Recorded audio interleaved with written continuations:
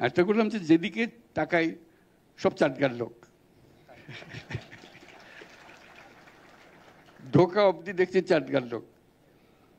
তো বুঝতে পারছি চাটগার বুদ্ধ ধর্মের এখনো ঠিকানা চট্টগ্রাম। তোমরা ভালো আছেন নিবি এখন?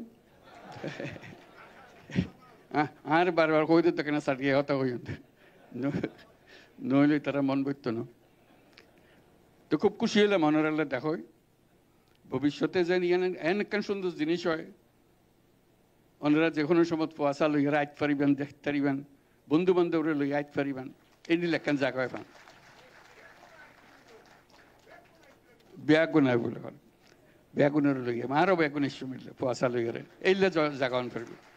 আর মিলন মেলার কথা কই, মিলন মেলা তো এনে হতে দিল হইতো না, এন জিনিস গরম ফিরতে টানিয়ে আনুন ফিরবে, ব্যাগুনারে পোয়াশা লইয়ারে যেন টানিয়াই।